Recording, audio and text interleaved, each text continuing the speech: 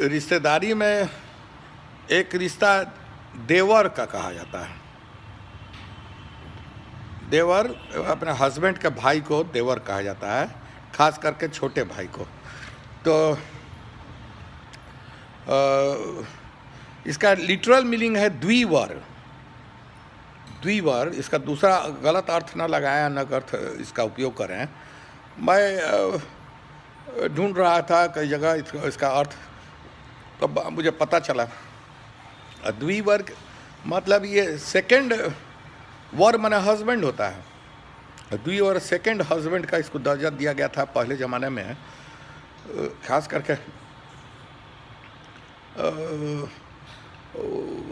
मैं पहले बहुत लड़ाई उड़ाई मार काट होता था, राजा रजवाड़ा बहुत सारा था। वो उसमें बहुत ज़्यादा क्षति होती थी, जान माल की, और उसमें कोई वीरगति को प्राप्त कर लिए युद्ध में अथे में। तो राजा रजवाड़ा में उधर बहुत प्रचलित था उस वक़्त। और ज़्यादातर आप इस चीज़ को समझ लेना है कि भारत जो था, अब तो भाई हवाई जहाज़ ये सब हो गया, पहले हवाई जहाज़ था नहीं।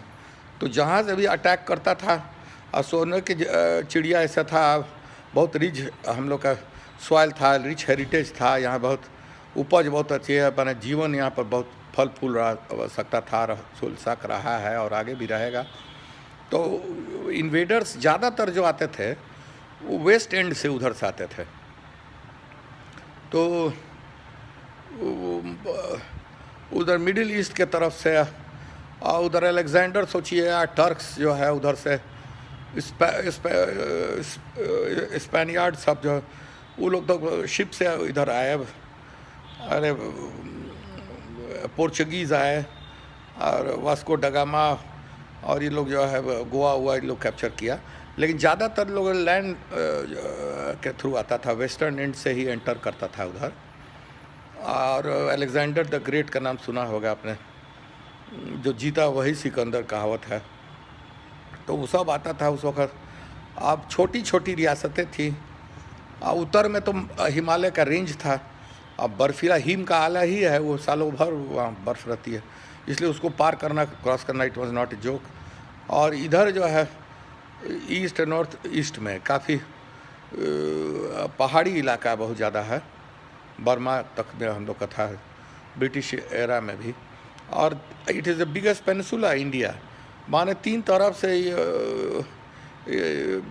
समुद्र से घिरा हुआ है। उधर बे ऑफ बंगाल है, इधर इंडियन ओशन है, उधर वेस्ट में अरेबिक सी है, अरेबियन सी। तो इधर ही से उसी में मार काट बहुत होता है, छोटी छोटी रियासतें थी। और जैसा हमने देखा है, पढ़ा है हिस्ट्री से, जो 30-35 घोड़े पर लोग आते थे, 50 माने 100 से कम वाले में भी, और उसमें आके अटैक करके एक रियासत को हरा के चल देते थे और सर कलम कर देते थे। अब राजा कट गया, अब क्या होगा, अब रानी बेवा हो गई।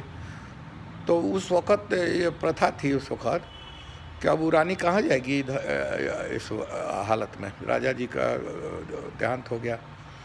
तो उसके भाई जो रहता था, मोर और लेस इक्वलेंट, अगल बगल, उस वक्त फैमिली प्लानिंग नहीं था, जो था सो नेचुरल वे में था। तो नेचुरल वे में 9 महीना में बचा हुआ, और फिर से कंसीव कर जाता था लोग, और कोई ऐसा कॉन्ट्रासेप्शन का कोई बड़ा उपाय में ज़रूरत भी नहीं थी, उतना पॉपुलेशन का एक्सप्लोजन भी नहीं था।